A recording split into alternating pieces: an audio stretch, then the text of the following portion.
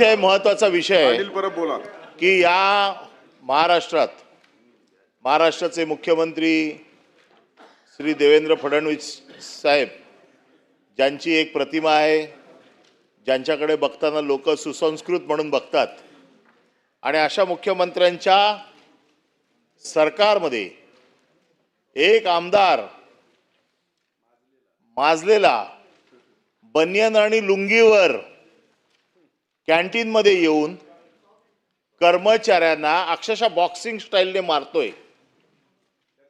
जरा चव्हाण साहेब जरा थांबा, जरा महत्वाचा विषय आहे की माझी मुख्यमंत्र्यांना विनंती आहे की आपला ह्या सरकारच्या आमदारांवरती वचक आहे की नाही.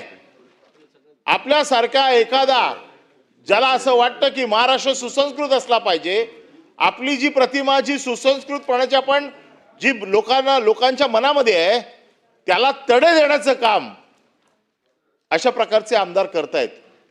मग एक आमदार निकृष्ट दर्जाचं जेवण दिलं म्हणून कॅन्टीनच्या कर्मचाऱ्याला बनियन आणि लुंगीवरती, अरे आमदाराने कसं राहावं याचे किमान काहीतरी संकेत आहेत की नाही. लुंगी टॉवेल आहे म्हणतात. आता माझी मुख्यमंत्र्यांना विनंती आहे की मुख्यमंत्री काय चाललंय आपल्या राज्यामध्ये. हे आमदार बनियन टॉवेलमध्ये खाली येतात, मारतात. हे काय रस्त्यावरच्या गल्लीवरचे लोक आहेत काय? कर्मचाऱ्यांना मारतात. अरे तुमच्या ताकद आहे तर त्या खात्याच्या मंत्र्याच्या मारा ना. कोणाला मारताय? कर्मचाऱ्याला. तर काय गुन्हा त्याचा? आणि त्याचे व्हिडिओ काढून तुम्ही सोशल मीडियावरती टाकता. आणि आपल्याकडनं तरी आपल्या प्रतिमेला जे असे तडे पाडतायत किमान त्यांचा तर बंदोबस्त करा. महाराष्ट्रातल्या गुन्हेगारांचा बिचारे आपले चांगले आपले राज्यमंत्री गृहमंत्री माहिती देतात कुठे बसतात, त्याच्यात तुम्ही शिक्कामोर्तब करा. अरे तुमचं लक्ष यांच्याकडे असलं पाहिजे, त्यांच्याकडे नाही. स्वच्छ प्रतिमेच्या माणसाला तुम्ही त्याच्यात ओढताय, परंतु हे जे अशा प्रकारचे दादागिरी करताय त्यांचा काय तो बंदोबस्त करणार की नाही. आणि म्हणून माझी मुख्यमंत्र्यांना विनंती आहे की मुख्यमंत्री महोदय, आपण या राज्याचे प्रमुख आहात. आपल्याकडे ज्या नजरेने जनता बघते आणि आपल्या राज्यामध्ये आपल्या सरकारच्या एक पाठिंबा देणारा अशा लोकांचा पाठिंबा तुम्ही घेणार का? आणि अशा लोकांच्या पाठिंब्यावरती मुख्यमंत्रीपदी बसणं आपल्याला आवडेल का? आणि म्हणून अशा आमदारांचा आपण बंदोबस्त करावा. मला असं वाटतं की निलंबित करता येत असेल तर निलंबित करावं. कारण गेस्ट हाऊस हे आपल्या विधिमंडळाच्या कार्यकक्षेत येतं. आणि मी जर समजा इथे मारलं असतं आतमध्ये कोणाला कर्मचाऱ्याला तर आपण मला निलंबित करू शकले असते. आपल्याला तो अधिकार आहे. जर हॉस्टेल आपल्या त्या विधिमंडळाच्या कक्षेत येत असेल तर मला असं वाटतं की त्याला निलंबित करण्याचा अधिकार देखील आपल्याला आहे. तर माझी आपल्याला विनंती आहे की त्याला निलंबित करा, बडतर्फ करा, काय करायचं ते करा, पण आपण हे खपवून घेणार नाही हे तरी किमान आता महाराष्ट्राच्या जनतेला कळू देत. माननीय सभापती महोदय, सन्माननीय परब साहेबांनी जो विषय या ठिकाणी मांडलेला आहे, खरं म्हणजे मी देखील त्याची माहिती घेतली आणि तो व्हिडिओ मी देखील स्वतः बघितलेला आहे.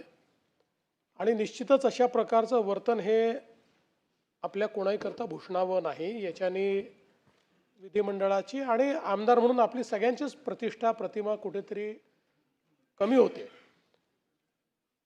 तिथनं माहिती अशी आली की काय आमदार निवासातल्या सोयी नीट नव्हत्या, भाजीला वास होता वगैरे, या सगळ्या गोष्टीची तक्रार करता येते. त्याच्यावर कारवाई केली पाहिजे. तो एक वेगळा मुद्दा आहे. त्याच्यावर मी आपल्याला विनंती करेन की आपण स्वतः लक्ष घालावं. आमदार निवासात जर काही अनियमितता असेल, तिथे काही घाण असेल, काही समजा चुकीच्या प्रकारच्या गोष्टी वापरल्या जात असतील तर स्वतंत्रपणे त्याची कारवाई झाली पाहिजे. पण अशा परिस्थितीमध्ये मारहाण करणं, लोकप्रतिनिधींनी मारहाण करणं आणि त्याच्या अशा प्रकारचे व्हिडिओ येणं, यातनं आपल्या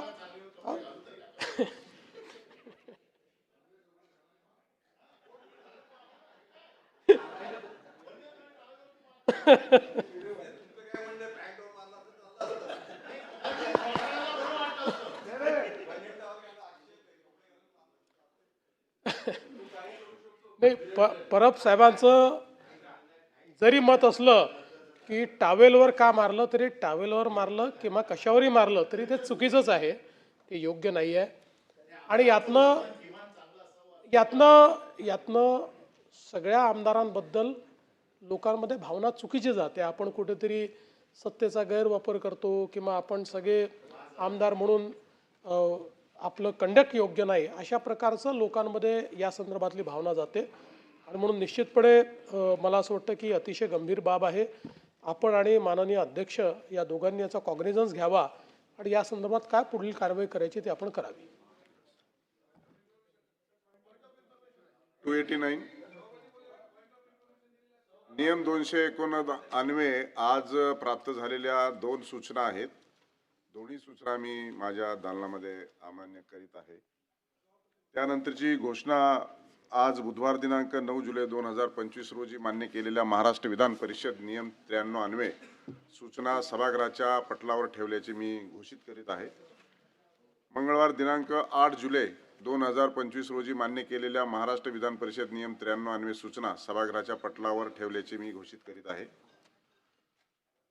नियम 93 अन्वये सचिन अहिर उपस्थित नाहीयेत. मृत व्यक्तीच्या नातेवाईकांना आर्थिक मदत व मुठा नदीवरील तात्काळ पुलाकरिता निधीची तरतूद करण्याबाबत या संदर्भात शासनाने निवेदन करावे. लेईंग ते नंतर घेतो.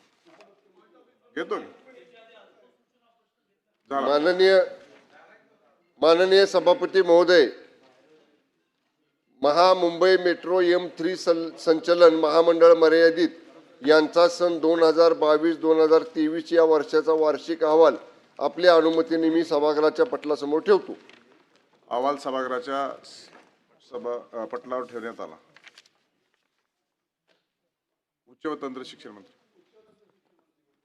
महोदय, मी आपल्या अनुमतीने महाराष्ट्र विद्यापीठ अधिनियम 2016 मधील कलम 136(1)(2) अन्वये शिवाजी विद्यापीठ कोल्हापूर यांचा सन 2023-24 या वर्षाचा 61वा वार्षिक अहवाल, पुण्यश्लोक अहिल्यादेवी होळकर सोलापूर विद्यापीठ सोलापूर यांचा सन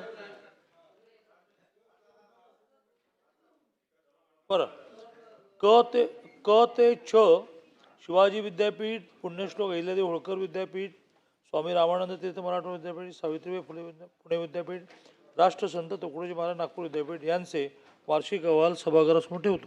अहवाल सभागृहासमोर ठेवण्यात आला. उद्योग मंत्री महोदय, मी आपल्या अनुमतीने महाराष्ट्र राज्य खादी व ग्रामोद्योग अधिनियम 1960 मधील नियम 25 मधील पोटकलम 4(अ) मधील तरतुदीनुसार महाराष्ट्र राज्य खादी व ग्रामोद्योग मंडळाचे सन 2020-21 या आर्थिक वर्षाचे लेख्यावरील लेखापरीक्षित अहवाल सभागृहासमोर ठेवतो. सदर अहवालाचे विलंबनाचे कारण सोबत जोडलेले आहेत. अहवाल सभागृहासमोर ठेवण्यात आला. निवेदन सूचनांची निवेदने. निवेदन क्रमांक 1 श्री अंबादास दानवे विधान परिषद.